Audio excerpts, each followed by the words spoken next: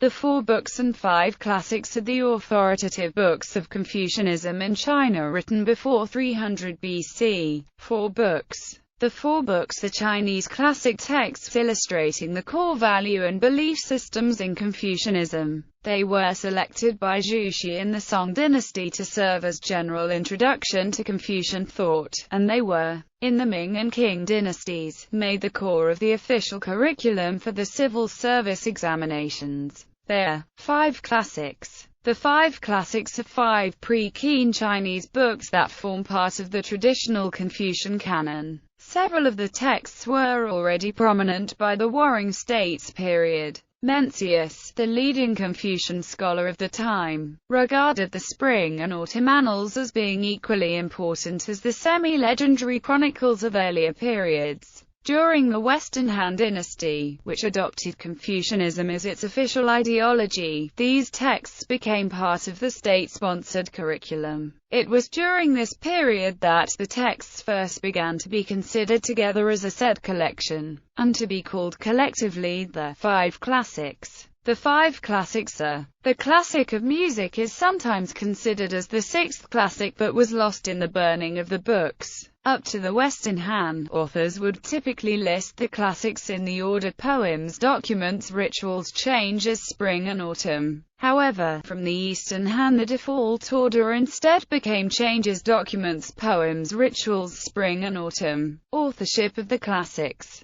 Traditionally, it was thought that Confucius himself had compiled or edited the texts of the five classics. The scholar Yao Hsin Chung allows that there are good reasons to believe that Confucian classics took shape in the hands of Confucius, but that nothing can be taken for granted in the matter of the early versions of the classics, from the time of the Western Han Dynasty. Liao continues, most Confucian scholars believed that Confucius recollected and edited the prior works, thereby fixing the versions of the ancient writings which became the classics. In the 20th century, many Chinese scholars still held to this tradition. The new Confucian scholar, Zhang Shili, for instance, held that the six classics were the final versions, fixed up by Confucius in his old age. Other scholars had and have different views. The Old Text school, for instance, relied on versions found in the Han Dynasty which supposedly survived the Qin Dynasty burning of the books, but many of them held that these works had not been edited by Confucius but survived directly from the Zhou Dynasty,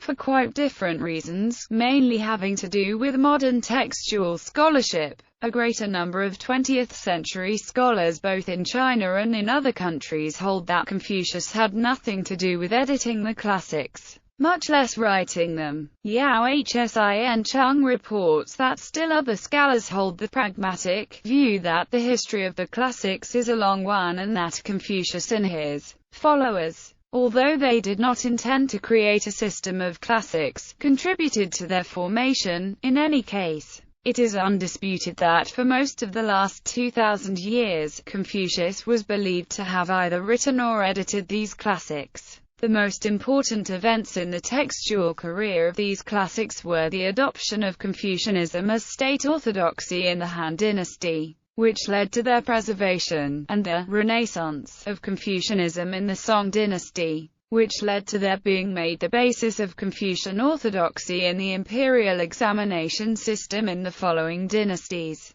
The Neo-Confucian sage Zhu Xi fixed the texts of the four books and wrote commentaries whose new interpretations became accepted as being those of Confucius himself.